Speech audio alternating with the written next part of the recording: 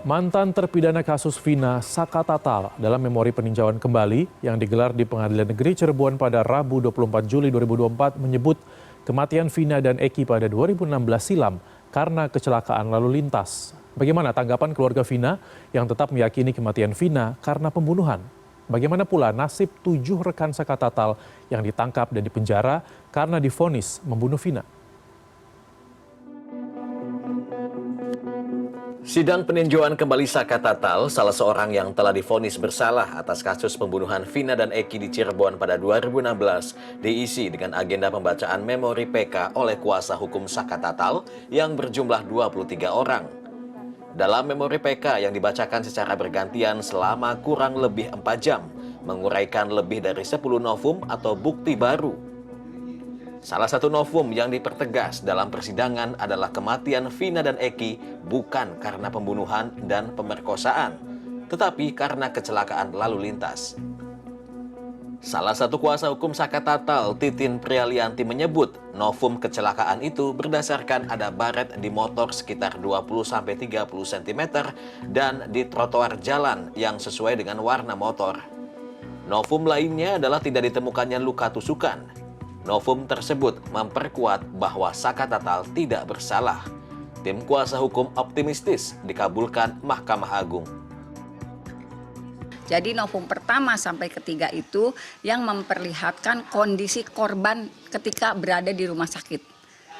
Artinya ketika korban sudah berada di rumah sakit dan misalnya ada visualnya, itu kan tergambar lukanya seperti apa sih? Gitu.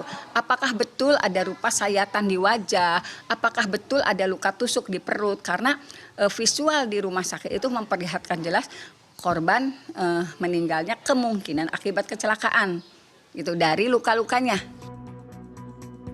Namun, memori PK tersebut berbeda dengan putusan Kejaksaan Negeri Cirebon pada 2016 bahwa kematian Vina dan Eki karena kasus pembunuhan. 8 orang ditangkap dan diadili. Salah satunya adalah Sakatatal. Sakatatal menjalani hukuman 3 tahun 8 bulan penjara. Dia keluar dari penjara pada 2020 setelah mendapatkan potongan masa tahanan.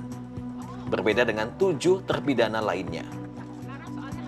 7 orang lainnya divonis penjara seumur hidup. Mereka adalah Jaya, Supri, Eka, Hadi, Eko, Sudirman, dan Rivaldi. Kini para terpidana itu tengah didampingi oleh kuasa hukum untuk peninjauan kembali. Hal tersebut diungkapkan Koordinator Tim Kuasa Hukum para terpidana, Jutek Bongso.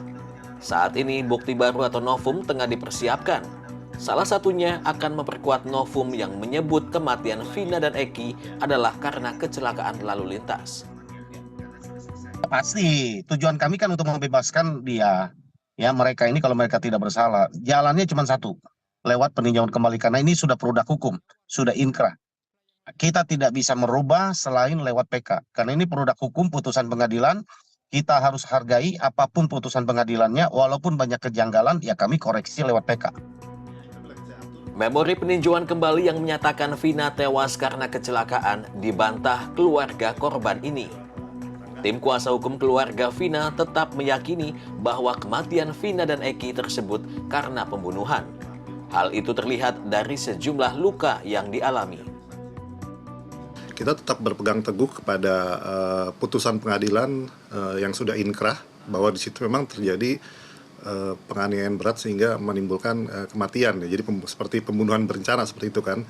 Jadi kita menghormati apapun nanti hasil dari putusan pengadilan, entah itu kecelakaan atau pembunuhan berencana, kita tetap menghormati dan kita legowo akan menerima. Tapi sampai saat ini kita pihak keluarga tetap meyakini itu adalah pembunuhan berencana berdasarkan banyak bukti-bukti dari BAP dan putusan akhir ya pembunuhan berencana. Meski demikian, keluarga Vina menghormati memori PK kuasa hukum Sakatatal. Pihaknya menyerahkan sepenuhnya kasus tersebut pada proses hukum untuk segera mengungkap pelaku dan kasus yang sebenarnya terjadi. Zaiul Haq, Rusman Rusmana, Cirebon, Jawa Barat.